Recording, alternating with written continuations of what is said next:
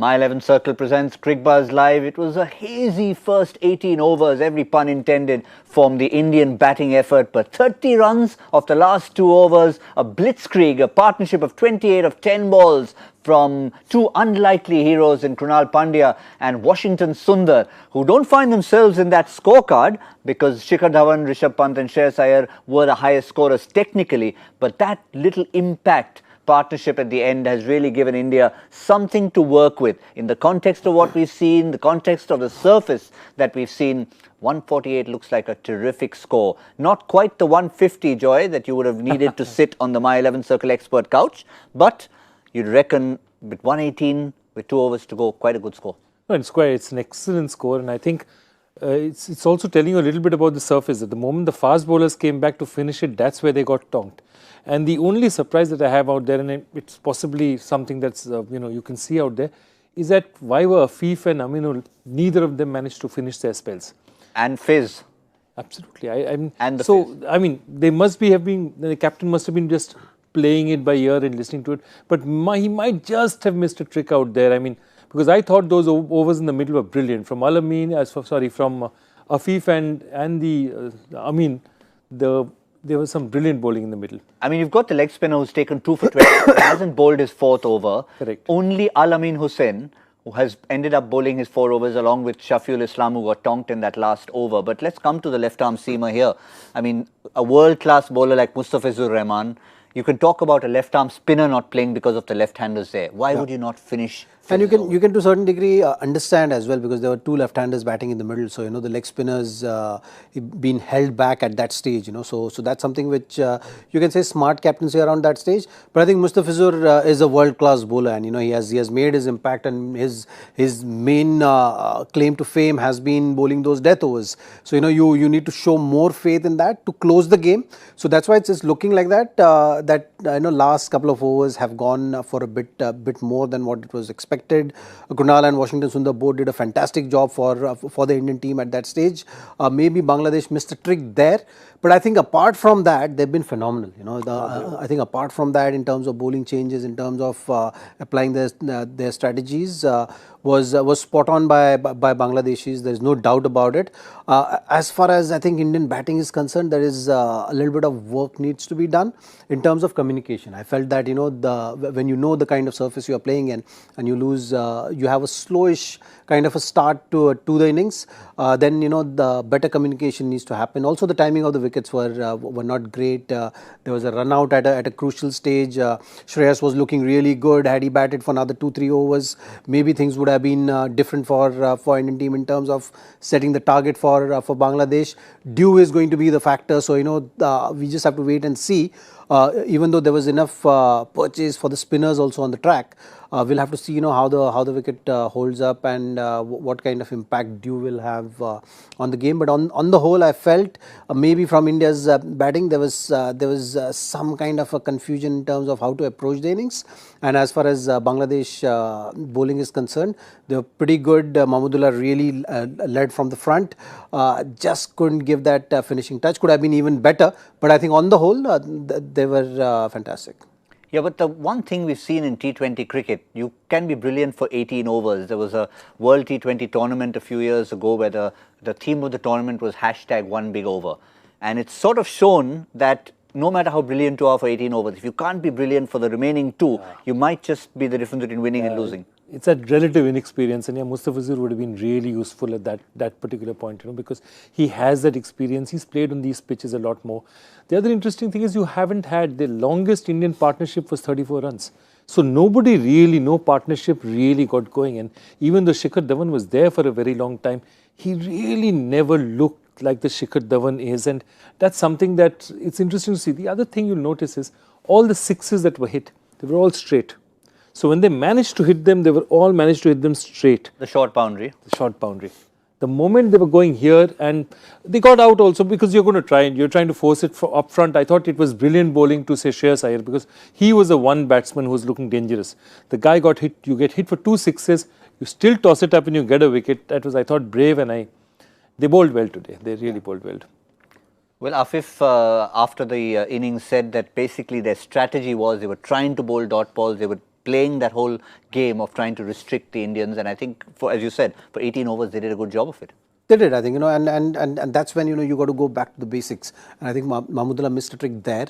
On the whole, I felt that, the Indian batting side, when Shikhar was going, one batsman can afford to play that 100, 120 strike rate. And that's why his wicket was very crucial at that stage, when, we needed to just, Indian team needed to anchor one side, and then others rally around him. Rishabh Pant, once again, was kind of giving the signs that he was focusing more on singles and doubles, moving away from his strength. So that's something which again didn't help the cause at that stage in the middle when it required. You saw it with Shreyas putting the pressure on the bowlers. Things start to flow, and that's what happens in this shorter format. Once you put pressure on the bowlers in under pressure make some errors, and that you can really bank on. But that opportunity never really happened until the last couple of overs. But the real talking point, and we mentioned it at the start of the show, was the whole talk. Virat Kohli mentioned it earlier, Rohit Sharma has mentioned it. Is India playing the perfect T20 international cricket? Dominant in ODIs, dominant in test matches. What is stopping them from being that dominant force, particularly when they set totals? Let's first hear what Rohit Sharma said before the start. We've not had a great run in T20. We probably are ranked number 5 or 6, if I'm not wrong. I think 5. 5? 2? No, I'm pretty sure. I do my homework pretty well. I think we are 5, yeah. So, abhi tak khatam nahi hua, sir. So that is something that we are really focused on, and we want to get that number a little higher. We want to be at the top in all 3 formats. That has been the standard that we have set, and there is no reason that we can't achieve that. Rohit Sharma, very clear that he had done his homework about where the Indian team was ranked. And I mean, people were almost trying to say, is it really that low? You can't believe India can be as low as that. Yeah. So what is it that India have to do to live up to, say, Rohit Sharma's words that we have to be the best in all formats? I think the one thing that they are missing for some reason is, when you bat first night, it's all about mentally setting your target. Saying very fast, and sometimes you can't decide before the game. You start out there and you say, okay, we'll try and get to 130, 140, and then we accelerate, we might get to 160. But we're not going to try for 200, because if you try for 200, you could be 100 for 8 out on a pitch like this. So somewhere I feel that benchmarking that's happening, setting targets is all about benchmarking, and then seeing the last 2-3 overs, wickets in hand, how much more can you do? But you have something in mind, and I just think that somewhere in the middle, especially that 6 to 13, 14, we're drifting a bit. The game nobody is taking charge of that game, and that's one of the vital things. Whereas when we are chasing, we seem to know exactly what we are doing, and I think that's one of the things that happens, especially in middle overs. You tend to drift a lot more if you're not clear about the target in your head. Now, Zahir, in the last 12 months, we're looking back at India's T20 international record. Other than the West Indies, whatever flamboyant they might be, but not quite the force that they've been. They have not beaten any of the other dominant big sides in the world, and that's one of the things they need to change. Well, I think in terms of the win percentage, when we are talking about in the earlier show, and we're looking at it's still higher. So I think what is missing is the other teams are still doing better than what Indian team is doing. But if you look at just the percentage of wins, they've managed to win a lot of games, and that percentage is pretty high. Yeah. So I think what needs to be done is that what others are doing in terms of creating that impact at the level. Maybe the margins are not that big. Even though Indian team is ranked at number 5, the margins are not that big, because I'll be surprised if the margins are big with the kind of percentage which we saw earlier in terms of winning matches. I think in 40 matches, Indian team has won about 27, 28 games or something. So that is still 26, a decent number in terms of number of wins. So we just have to wait and see, how things shape up from here. But looking at how Indian team have been going about doing their business and planning and preparation, I've been pretty happy with it. I think what missing factor as far as Indian winning formula is concerned, I think they're lacking power for the T20 format. You know, they're just a touch short on that power at the back end.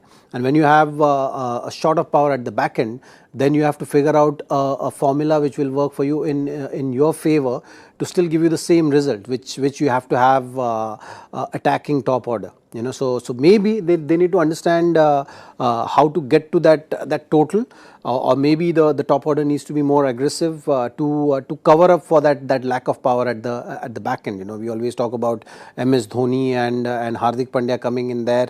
Shivam Dube got an opportunity because of that. You know, because of the power.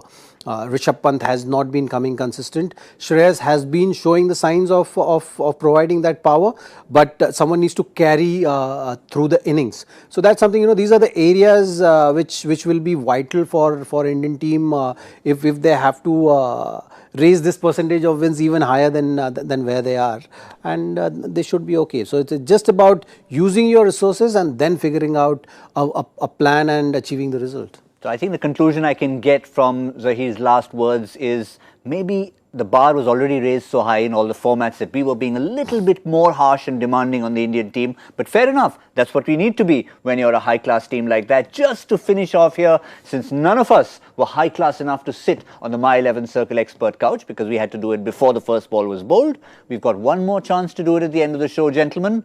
What's the result going to be? And this time I'm going to go ahead and go first to try and keep my friends across the border happy and say that yes, a little bit of dew, and their first ever T20 international win against India, 8-0. That record will change to 8-1. I'm sorry for all of you in India. It's just a prediction and just my desire to sit on the couch. So I'm going with Bangladesh winning in, well, I don't have to say when if both of you are going with India.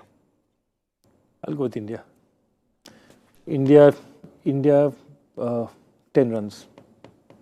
I think pressure is going to play a huge role. You know, it's a Delhi track, so anything can happen. Yes, dew is going to be a factor, but that last couple of overs has definitely given India enough hope right now to make a game out of it. It's not going to be an easy ask for sure. You know, there is no doubt about it.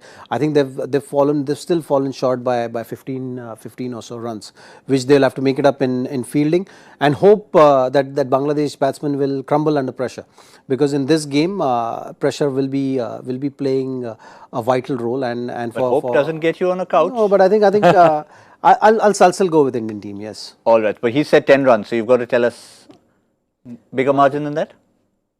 Win by 10 runs. I said win by 10, so. It will be a close game, I think.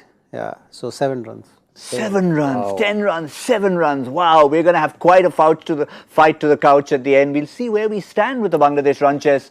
We will see. I'll be in the company of Virender Sehwag in the 10th over and see how the things are going with Crickbuzz Combox. And of course, we'll wrap it all up on My 11 Circle Presents Crickbuzz Live.